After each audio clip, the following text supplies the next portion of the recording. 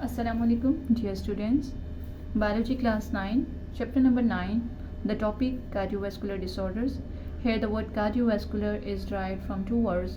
The word cardio is derived from cardiac, and cardiac meaning related to heart. Here the vascular meaning blood vessels.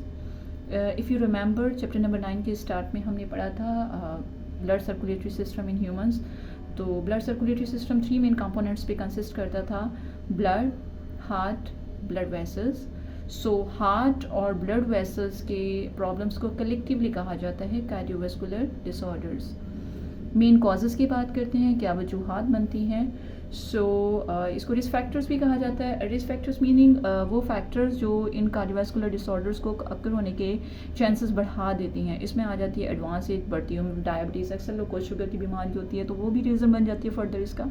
High blood concentration of low density lipids.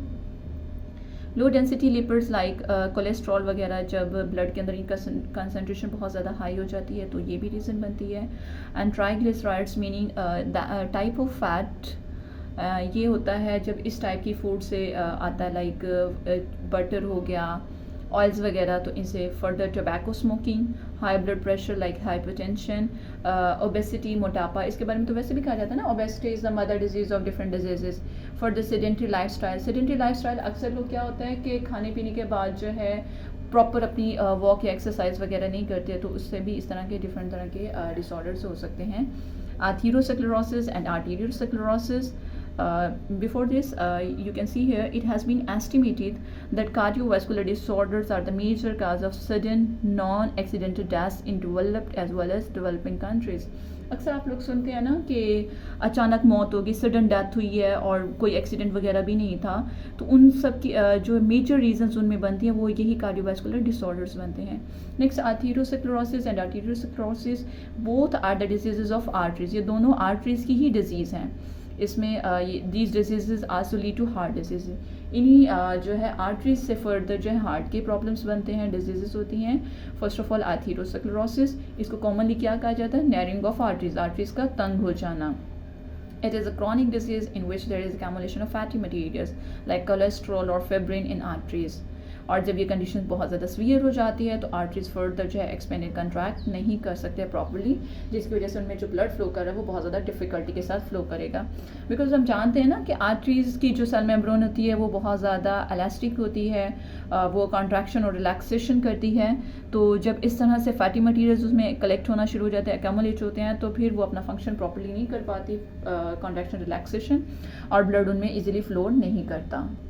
Suppose ये एक artery blood vessel है, इसमें जो fatty materials collect इस तरह से fats इकट्ठा होना शुरू हो जाती हैं, कोलेस्ट्रॉल वगैरह ब्लड आर्टरी की वॉल के साथ, तो वो जो एक मैस सा बनता है इसी को प्लेक बोला जाता है. फिर फर्दर यहाँ से ब्लड भी फ्लो कर रहा है तो कुछ ब्लड सेल्स भी आके यहाँ पे कलेक्ट होना शुरू हो जाते हैं इसी मैस के साथ, और वो जो है ब्लड की क्लॉटिंग हो जाती है. ब्लड की क्लॉटिंग को कहा जाता है थ्रोम्बस. थ्रोम्बस हमने पहले भी पढ़ा था ना, 3 टाइप्स के ब्लड सेल्स पढ़े थे, तो उसमें जो लास्ट थ्रोम्बोसाइट्स पढ़े थे, यानी कि ब्लड क्लॉट होना, ब्लड की क्लॉट को ही बोलते हैं थ्रोम्बस. इन सम सिचुएशंस क्या होता है कि यही जो मैस था फैट्स का, कोलेस्ट्रॉल वगैरह का, वो अपनी ओरिजिनल पोजीशन से यहाँ से हट जाता है और ब्लड के अंदर फ्रीली फ्लोट करना शुरू हो जाता है.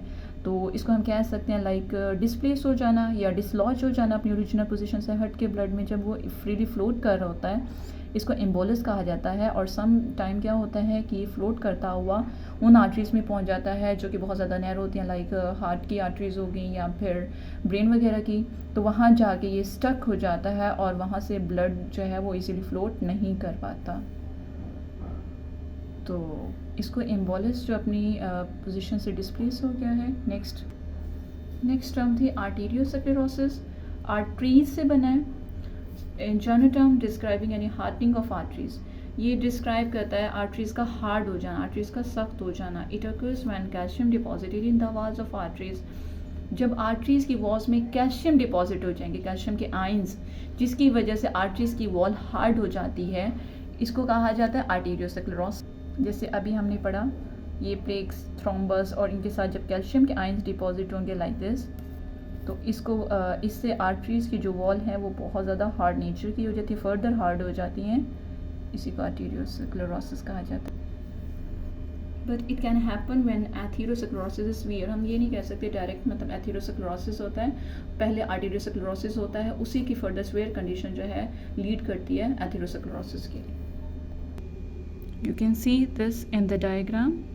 So this is all about our today's lecture. Thank you so much.